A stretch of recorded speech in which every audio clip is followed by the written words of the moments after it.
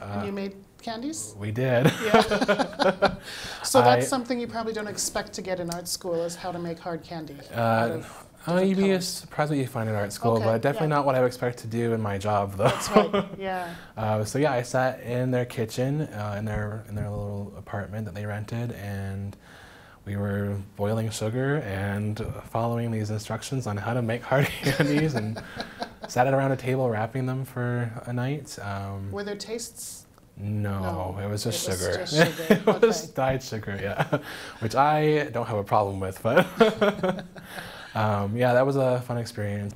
I didn't have a lot of information. They just said that they were starting this new program called Watershed Plus, and they had 4 mentorship opportunities.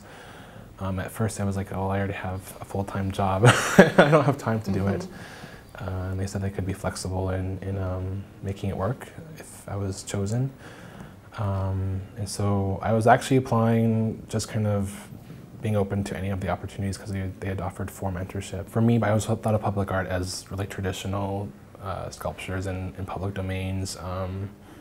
Working on Celebration of the Bow River, that really gave me a new insight into it, because it was more temporary, it was really participatory.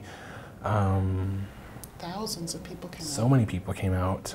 It was kind of like, in its own way, like a little Nuit Blanche in some ways.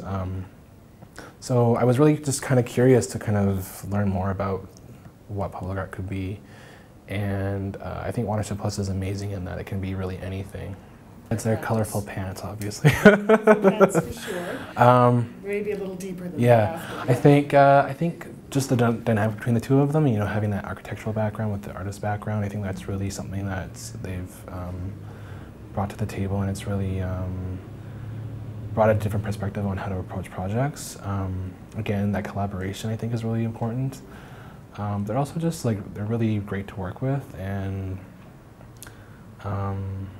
I don't know, I think it's great that they've been so well received by the community. You know, I can go up to the 2nd floor and go talk to somebody in water quality management, and they take what we do seriously.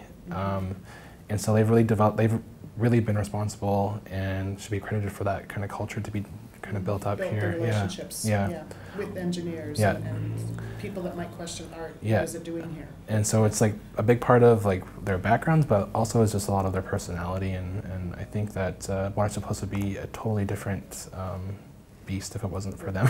Quick question about Forest Lawn Lift Station, because you mentioned that at the beginning as a public art project that was inspirational to you, and the fact that it's public art is interesting.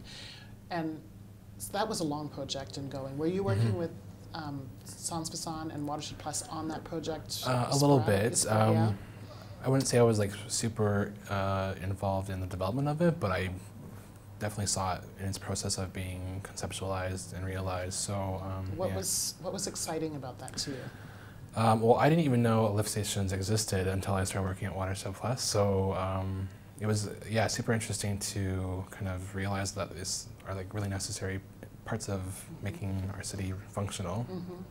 And then just to take something that's so utilitarian, I guess, functional, and change it into something that is very obvious and creative.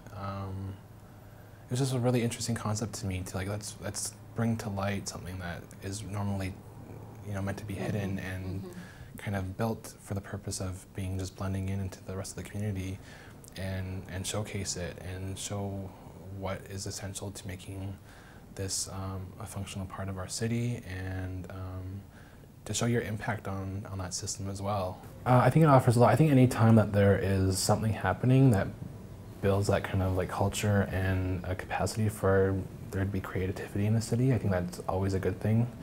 And I think it adds to people wanting to work and live here.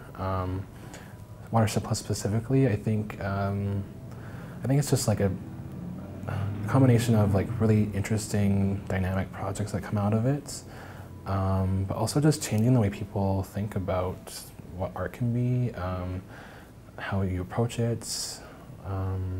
Like the signpost from Broken City Labs is a perfect example of that.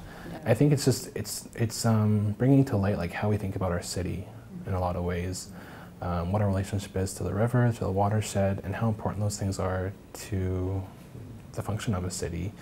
And I think doing that through art is something that, yeah, it's really interesting, and I think that's like a big part of what makes Watershed successful and adds to wanting to work here. Yeah.